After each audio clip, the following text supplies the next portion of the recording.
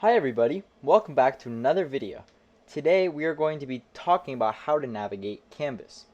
Canvas is a great tool to learn how to use, especially now because the rest of the school year will take place through it.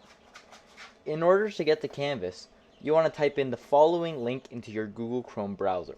It should show up on your page right now. Once you've entered that in and hit enter on your keyboard, you should be ending up at a page like this. In order to enter the Canvas website, you need to do the same login process as you did to enter your Chromebook. Type in your 6-number student ID as well as your password. So this is my 6-number student ID, and I'm entering it in where it says username, and then I'm also going to enter my password where it says password. Once you've entered all that information, hit login.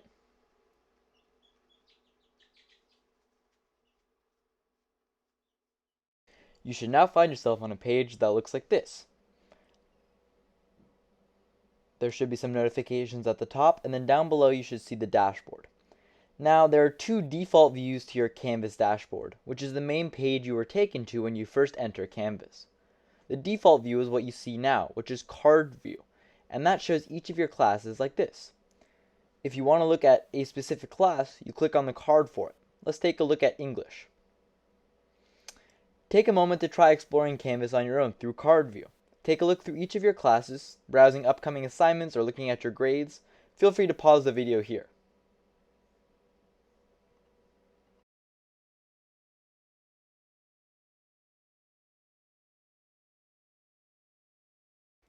Once you've explored a little, click on the button on the left that says Dashboard. This should take you back to the main screen that you were just on a moment ago. Once you scroll down past all the notifications at the top, you should get back to the card view that you were looking at before. A second default view for your Canvas dashboard, which is my personal preference of views, is List View. Now here are the cards again, and this is nice because you can see each class individually. You can go to announcements and grades and assignments and discussions straight off of this page. However, I prefer List View because it acts as a type of calendar almost, and you access it by clicking those little dots in the corner that I just clicked on and selecting List View from the menu of options.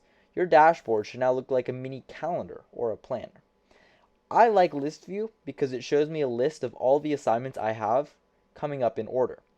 If I have an assignment due tomorrow, for example, I can see it in this view as due tomorrow. And then lower down, I can find an assignment due later in the week. List View acts like a mini calendar for me of all of the things I have to get done. Once you've decided which view you like better, you can go ahead and select that one. And remember, you can always switch views by clicking on these little dots up in the corner. If you want to take a look at individual classes, you can also click on this button on the far left side of your screen that says Courses. A menu will appear, and from that list you will choose whatever class you want to take a look at first. For this example, we'll use English. After clicking on a class, you will arrive at the class's home page. Most teachers don't take a lot of time to update their home pages, but some teachers might have helpful information posted there. This is kind of the main homepage idea. What you're going to find most of the bulk of what your teachers have on their individual Canvas pages is on the left side of your screen. So go ahead and click on where it says Announcements. This is where teachers will send you important class-related messages. Canvas will also send a copy of the announcements to your Gmail account, and I will teach you how to access that in a future video in the next few days. So here are announcements. We'll go ahead and click on one for an example. And so this is what they look like. They just have messages. Each teacher is just like a normal email. But you can get it through a Canvas announcements, but you can also see it in your email because Canvas sends it there as well. Next, go over to the left and click on where it says Assignments. This is a very important page because it is where you will submit assignments for class.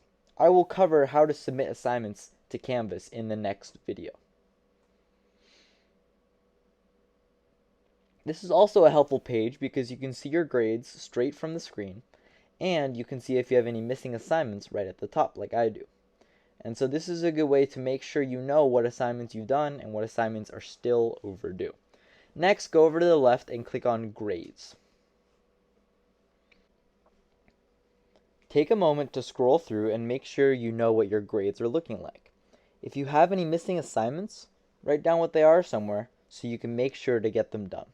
A lot of teachers are being very relaxed about late work with these incredible circumstances, so you might as well try and get some assignments done and get partial credit. Maybe I should do that with my missing assignment that I have here. So this is a very helpful tool because obviously you need to check your grades in order to know which classes you need to work on or which classes you need to up your work ethic on. Next, we're going to move to another aspect of Canvas that can be very important, modules. This class in specific doesn't have modules, so I'm going to switch to a teacher who does have modules activated. Modules is where teachers can post resources, templates, rubrics, or any other non-assignment materials. It doesn't hurt to look through here every once in a while to see if there's anything helpful on the teacher's modules page. This teacher has organized their modules into individual weeks and has resources for classwork for each week. Not every teacher will organize their systems like this. Let's look at another teacher. This is what their homepage looks like. They have a little bit more information. And if we go to their modules page, their modules page will be organized into different units as opposed to different weeks. You can see they have templates for essays, resources for an assessment, reading material for a unit, and all the other handouts we would normally get in class. This just shows how helpful modules truly can be. The next thing we're going to cover are quizzes. Instead of having tests in real life, your teachers are probably going to be turning to online quizzes, often through Canvas in the Quizzes tab. In order to access a quiz, all you need to do is click on the quiz assignment. You'll see it up above saying that you still have to get it done. In order to take the quiz, all you have to do is click that big purple button, and that's all. The last thing we're going to talk about is discussions. So click on the Discussions tab on the far left side of the screen. This is a sample discussion. Discussions is a very useful tool that I actually never knew how to use until teachers started using it more widely in this crazy time in which we can't have actual in-person class discussions. This is one example of how discussions are used by one teacher as a question and answer session. In order to add something, you can click on the button that says reply and type out your message, then click post reply. I'm not going to be typing that incredibly strange reply to this discussion. However, let's take a look at a discussion from another class, Theory of Knowledge, that had a crazy amount of discussion behind it. So you can get an example of what a very active discussion looks like. Click on Discussions on the left side again.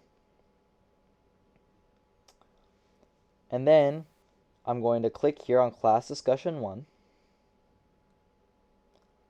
That was the question that was asked by my teacher at the top, and these are all of the responses given by my classmates. This discussion that took place was just in the place of an in-person class discussion because obviously we can't have those. And I found this to be a really helpful experience, and they can even be graded as this one was. So, you have now learned everything there is to know about Canvas except for how to upload your homework. We will cover that in the next video. But for now, you know how to switch between views in Canvas, you know how to check your grades. Another way to do it while in list view is to click on the little booklet icon in the corner as I just did.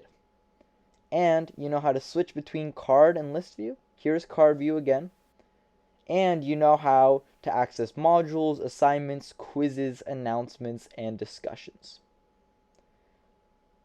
If you have any questions, remember you can always type them in the comment section down below, because I really understand that Canvas can be kind of overwhelming if it is your first time in it. And so If you have any questions from someone who has used Canvas for several years, please don't hesitate to ask them in the comments section down below.